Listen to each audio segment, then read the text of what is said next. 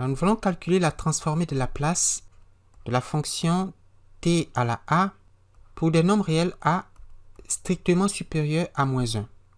Eh bien, appliquons la définition. La transformée de t à la a, c'est l'intégrale de 0 à l'infini de la fonction t à la a multipliée par e à la moins st dt. Nous allons, pour calculer cette intégrale, opérer un changement de variable en posant que u égale à s fois t, de sorte que du, c'est s dt, mais aussi t, c'est u divisé par s.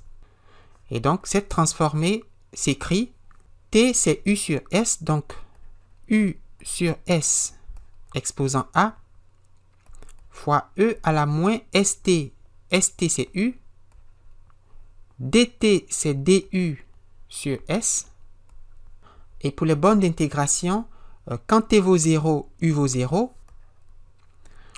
et lorsque t vaut l'infini, u qui vaut s fois l'infini vaut l'infini.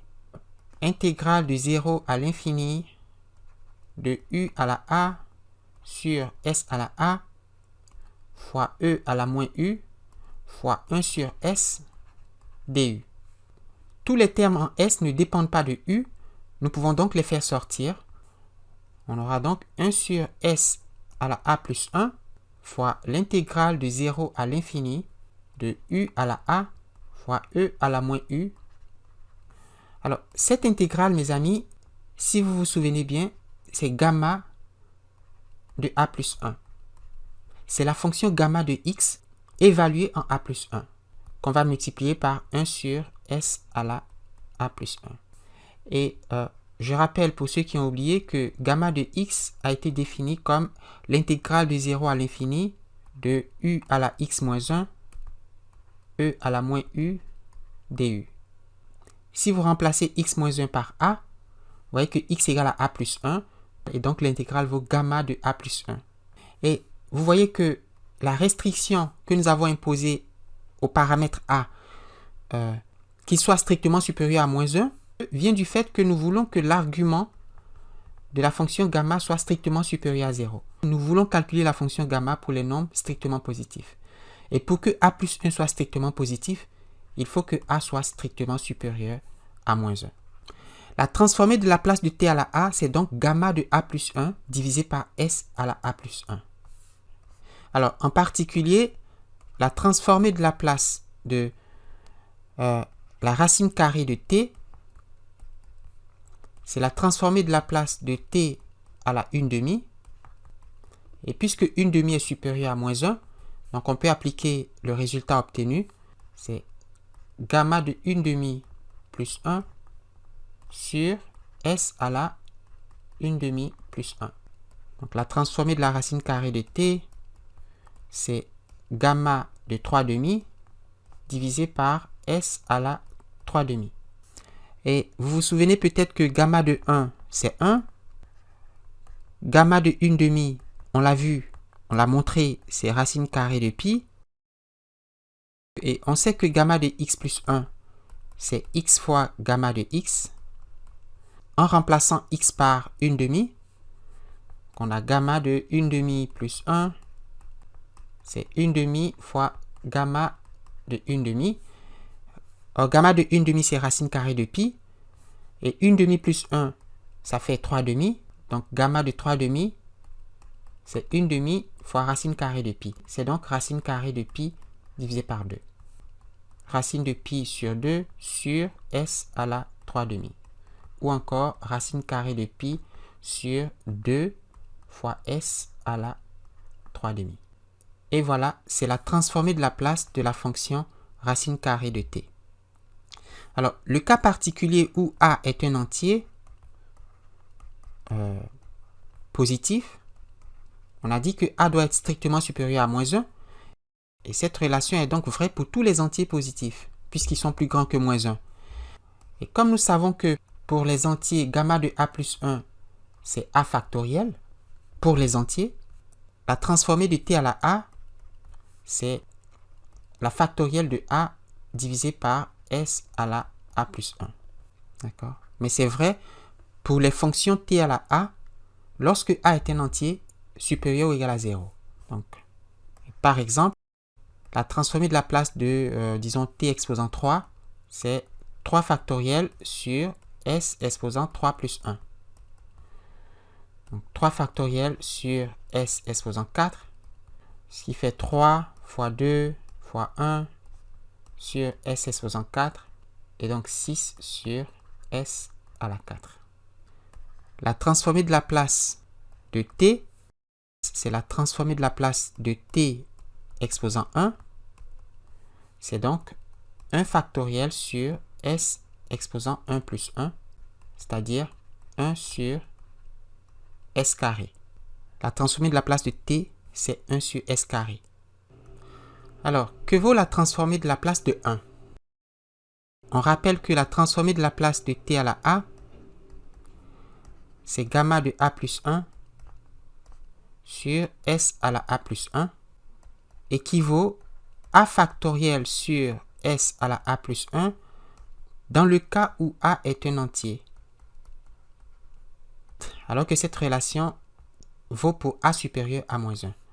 En général, et en particulier, a factoriel sur s à la a plus 1 pour les entiers a. Pour avoir la transformée de la place de 1, nous allons écrire que 1, c'est t à la 0. Et donc, puisque a vaut 0 et que c'est un entier, on a donc 0 factoriel sur s à la 0 plus 1. Et 0 factoriel, c'est 1. On a donc 1 sur s. Nous avons donc la transformée de la place de 1 qui vaut 1 sur s. Alors, la transformée de la place de 3t carré moins 5t plus racine de 6 moins racine de t sur 8 se calcule simplement en calculant et en combinant les transformées de chaque terme.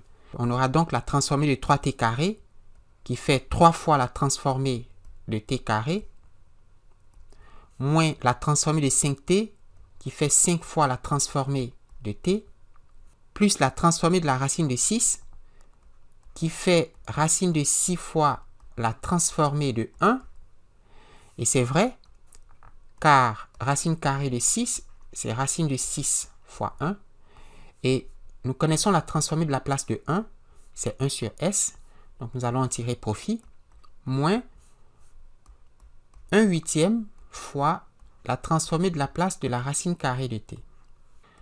Ce qui vaut 3 fois, alors la transformée de t carré, c'est 2 factoriel sur s à la 2 plus 1. 2 factoriel sur s à la 2 plus 1, moins 5 fois la transformée de t, c'est la transformée de t exposant 1. C'est donc 1 factoriel sur s à la 1 plus 1, plus la racine carrée de 6 fois la transformée de 1 qui vaut 1 sur s, moins 1 huitième fois la transformée de la racine carrée de t. La racine de t, c'est t exposant 1 demi. C'est une quantité supérieure à moins 1, mais elle n'est pas entière. Elle est fractionnelle. On va donc utiliser la règle générale. Gamma de 1 demi plus 1 sur s à la 1 demi plus 1. Ce qui fait gamma de 3 demi, mais nous l'avons vu. Gamma de 3 demi, c'est racine de pi sur 2, et divisé par s à la 3 demi, donc racine de pi sur 2 fois s à la 3 demi. Donc ici, on aura racine de pi sur 2 fois s à la 3 demi. De sorte que cette transformée vaut, alors 2 factoriel, c'est 2, et multiplié par 3, ça fait 6. Donc 6 sur s à la 3, moins 5 fois 1 factoriel, c'est 5 fois 1, c'est 5, sur s à la 1 plus 1, c'est s à la 2, plus la racine carrée de 6 fois 1 sur s, donc racine de 6 sur s, moins 1 fois la racine de pi, c'est racine carrée de pi, divisé par 8 fois 2, ça fait 16, s à la 3 demi. Alors, cette transformée vaut 8 fois la transformée de la place de t, moins 2 fois la transformée de la place de t à la 4, plus 7 fois la transformée de la place de 1, moins la transformée de la place de t à la 7. Ce qui donne 8 fois 1 factoriel sur s à la 1 plus 1, moins 2 fois 4 factoriel sur s à la 4 plus 1, plus 7 fois 1 sur s, moins 7 factoriel sur s à la 7 plus 1. Donc, on a 1 factoriel fois 8, ça fait 8 sur s carré. 4 factoriel, c'est 4 fois 3 fois 2 fois 1. Donc, ça fait 24 fois 2, ça fait 48 sur s à la 5. 7 fois 1, c'est 7 sur s.